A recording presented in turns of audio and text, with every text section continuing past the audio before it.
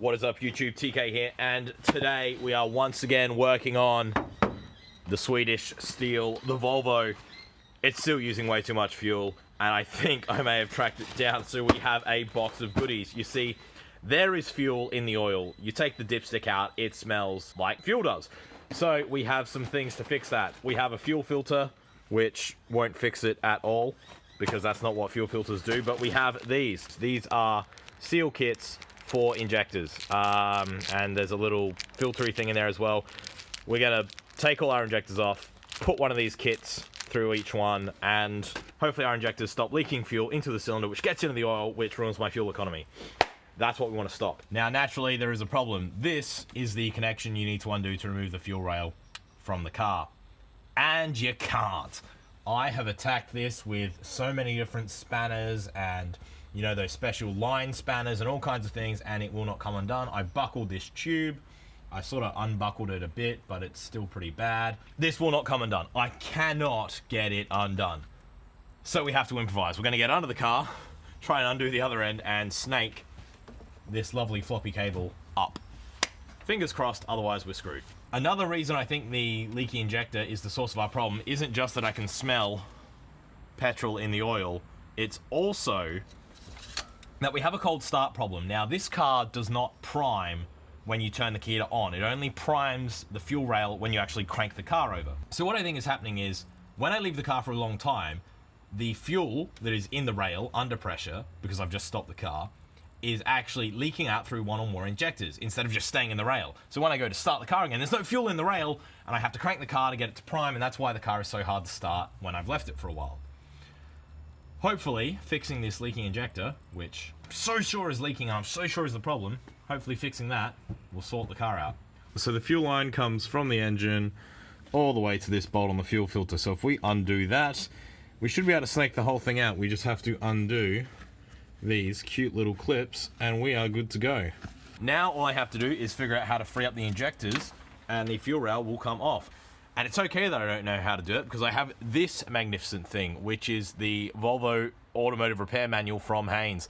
I've never had one of these for a car before, but they're just so useful. It has diagrams and everything you would ever need to do to this car, bar a couple of weird things. They're so damn good. So I'm going to look up how to remove the injectors and go from there. Okay, so apparently we just lift the entire fuel rail assembly and the injector should pop out, so we'll give that a go. Oh, it's coming. Oh, there's a big boy then. Oh, that was actually not that hard, thank God. What the funk? There we go. Get back on there, mate.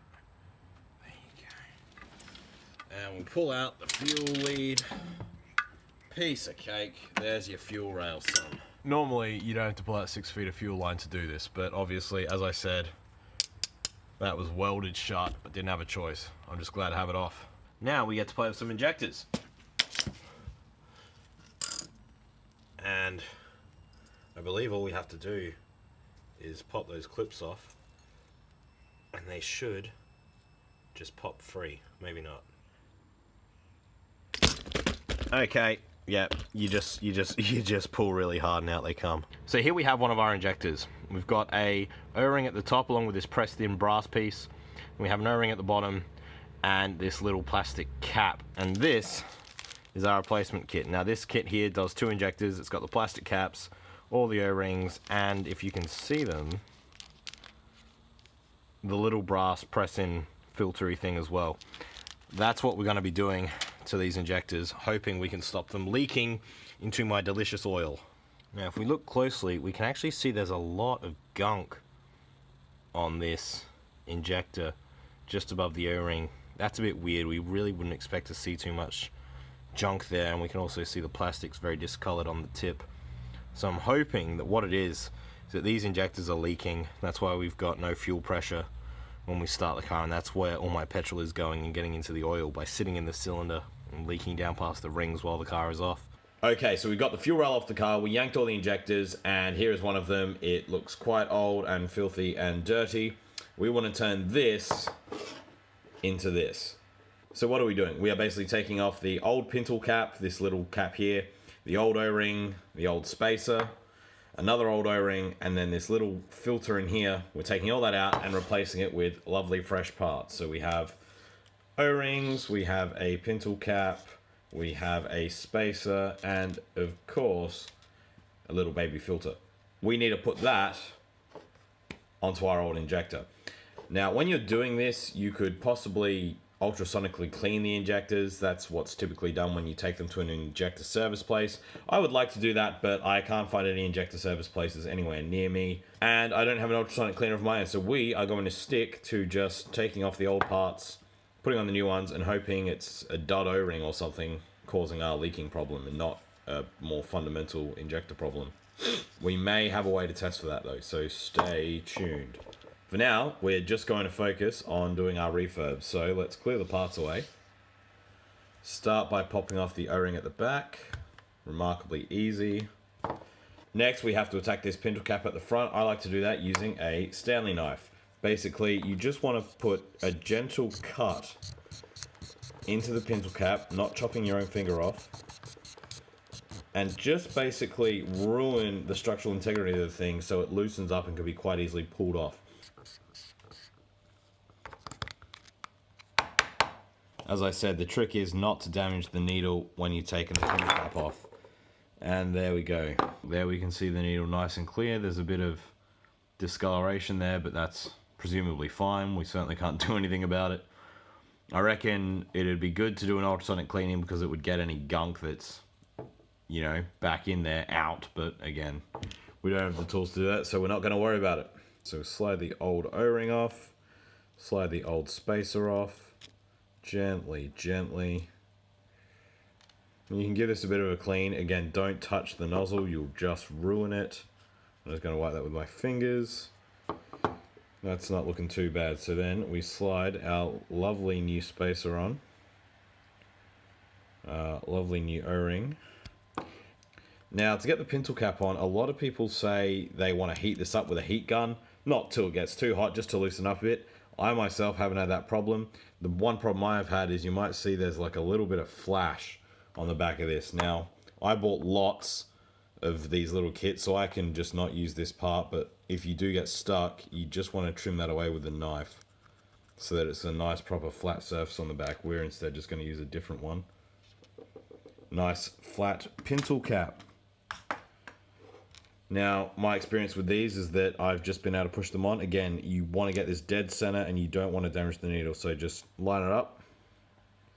Gentle pressure, one click. Now that's not fully on yet, so we've got to push harder. That looks excellent. Obviously there's my big oily fingerprint all over it, but other than that, that's good. Next, we have to get this filter out. Now the filter is a device that looks like this. It's pressed in there. Might seem hard to remove, but there's a trick. We use a screw. I'm using a 10G screw or a 10 gauge screw. That may be different in your country, whatever they call them. But basically find a screw that is roughly the right size to sort of screw in there and bite. Watch this. I'm going to do this using my new craft vise, which I really enjoy, even though it is a cheap piece of crap. Put that in there nice and tight. Yeah, there we go.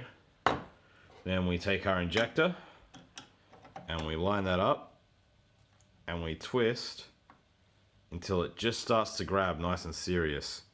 Alright, so that looks like it's grabbing there. Wiggle it back and forth. You don't have to pull that hard, and out she comes. Piece of cake. Looks kind of dirty compared to a nice new, brand new one. So I reckon we're doing the right thing here. Now, fitting the new filter is rather easy. You just line it up, push it in with your finger. That's obviously not all the way in. Hit it with a hammer or tap it on the table. Don't have to hit it too hard. Make sure it's flush. And you're good to go. Then all you have to do is fit your last O-ring. Now, to the best of my knowledge, the top and bottom O-rings are exactly the same. And there you have a Refurbish injector. Again, not counting any ultrasonic cleaning you may or may not want to do. So I need a 12-volt battery to test my injectors, and if you've got an NBN box at home, you've probably got one ready to go. So we're just going to go ahead and pull this out. And this is perfectly legal because this is my house. With the injectors refitted with their new pintle caps and O-rings and so on and so forth, we want to make sure they're not going to leak, and I'm pretty sure one of them is, because just replacing the O-rings doesn't help if the injector is leaking internally. To do that, first we're going to put them back in the fuel rail, and then we're going to put them under pressure with the spare fuel pump I have. So to put them in the fuel rail, we get some of the old fun stuff, yep, Vaseline, and we just put a very small amount on the O-ring to help it slide in, because as you saw when I was pulling these out, it's quite a firm fit. Oh, that was remarkably easy. I thought that was going to be more difficult.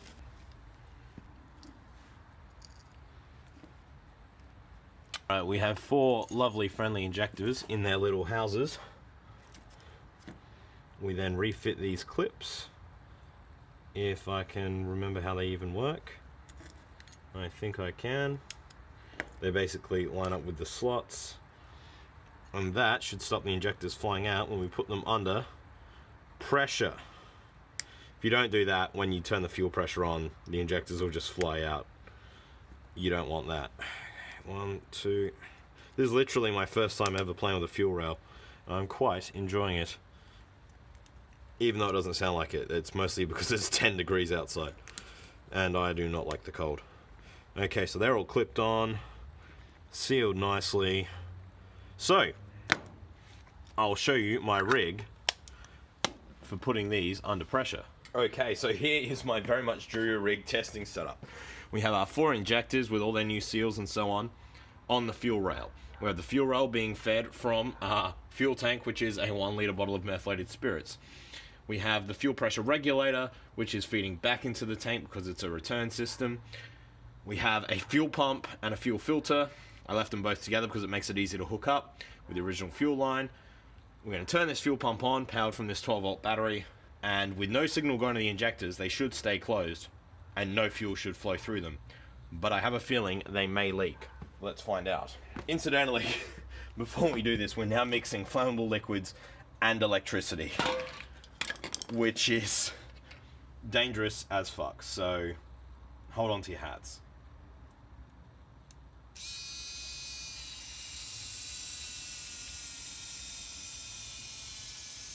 Okay, so there's a leak in the fuel filter, and I've ruined the fuel tank. But the injectors didn't leak, so that's good. Wow, that's gross. That fuel filter was probably junk. Oh wow. Okay, I'm gonna see if I can fix this pinhole leak, because it's no good. Because we're not going to get any pressure that way. Should we give this another go?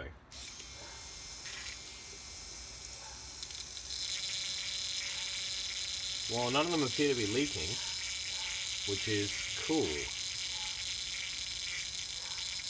It's amazing how black that is, though. I'm wondering how much of that is from this old filter and how much of that was in this fuel rail. I imagine most of it was in this old filter. Okay, so the good news is, none of our injectors appear to be leaking any fuel whatsoever. The bad news is there's a horrible amount of gunk, which I can only assume was from this fuel filter. Maybe some of it was from the fuel rail, but I think most of it was probably from that old fuel filter. Okay, new plan. I'll be back in a minute.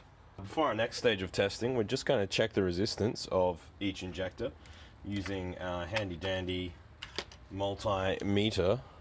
So I've gone through, measured them all. They all measure about 2.5 ohms. Consistency is good. I'll have to check later if that's actually the right number. Seems a little low, but the fact they're all exactly the same suggests that's good. What we are going to try next is opening these injectors up and probably spraying ourselves in the face with dirty, dirty fuel. And the way we're going to do that is by pulsing them with some 12 volts by hand. Now, normally you would use a pulse generator to do this properly. I don't have one, I don't feel like building one, so we're going to do it this way, if I can find a decent way to attach these leads. Trick is, again, I'm doing this the absolute worst possible way. Don't short these out, you're going to have a bad time, especially with all this fluid around. In fact, given the fact there's flammable liquid around, this is the worst way to do it. But, oh, yeah, I shouldn't be doing this. Going to anyway. Okay, so now we're going to try blipping the injectors and seeing what their spray pattern looks like and if they leak afterwards. We're going to run the fuel pump, we're going to blip 12 volts on the pins, watch the injectors fire. I'm pretty sure this is okay. These are just solenoids, so it doesn't matter which way around we do this. Other injectors may not be okay, but I'm pretty sure these are. One thing to note is if we short this out, it's going to make sparks. Everything could catch fire. So I'm ready to jump away at a moment's notice, and I have a fire extinguisher ready. So let's just do this.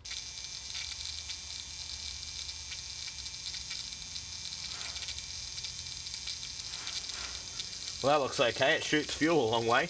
I don't know if it's good or bad, but it works, and it's not leaking. Next one. Oh. Yeah, that looks okay.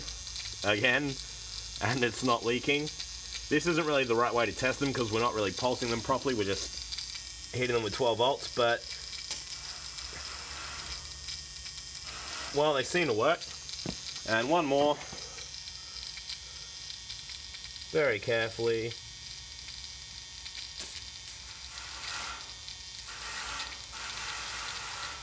Okay.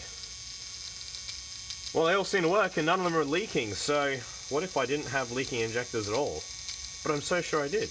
Okay, well, they all seem to work, and when they're switched off, none of them appear to leak, so I'm actually pretty happy with that. Let's switch this off before we start a fire. Okay, so we're getting ready to put the injectors back in. We've lubed them up with some Vaseline to make them slide in easy.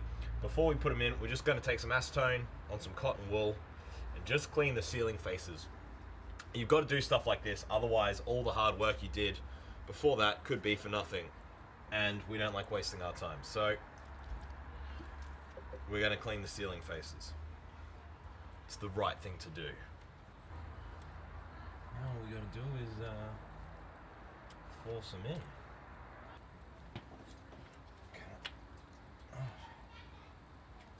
Crap, I think that's it. I reckon they're in. Okay, so looking at those, they are seated properly. We've got a couple vacuum lights to hook back up. All right, we've got it all bolted back up. We've got the grounds connected. All we got to do now is refit the fuel line and our delicious new fuel filter.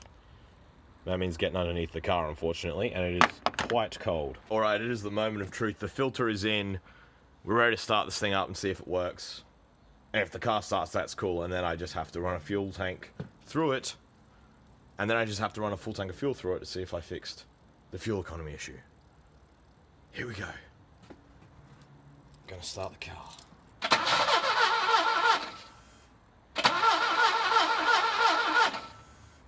That's not good.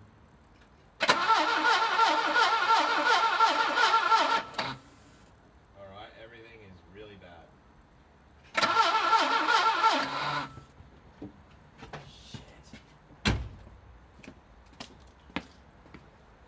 I have done something very wrong, and I have no idea what. But I can smell fuel, which is bad. She runs! We have done it! Yes! Yes! Okay, I'll show you what I did. It wasn't running.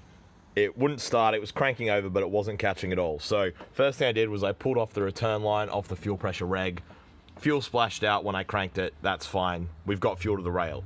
For some reason it seemed like the injectors weren't firing, and I just wiggled them all back and forth like this, each one, and I reckon what that did is it cleaned off some of the Vaseline that I used to insert them in the holes, made them make better contact, and now it runs. First time I did that, I could hear it catching just a tiny little bit. I gave them all another wriggle, and now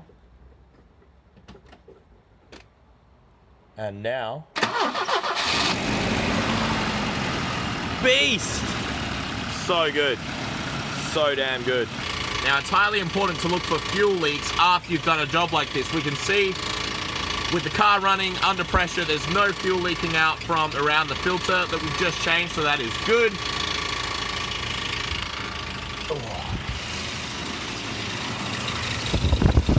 And we can see the injectors look good as well. That is absolutely crucial to check if you don't want your car to catch fire.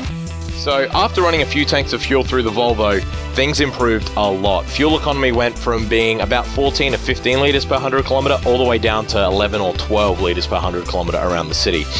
I have a feeling that the injectors weren't actually leaking fuel. These repair kits generally won't actually solve a leaking injector problem. Perhaps what was actually happening is that the old injector O-rings and such were just acting as a vacuum leak, and that was making the car run poorly, because it's been much better ever since. Regardless, I'm calling this a win. My car runs better, I'm using less fuel, I'm having a good time. Till next time, TK out.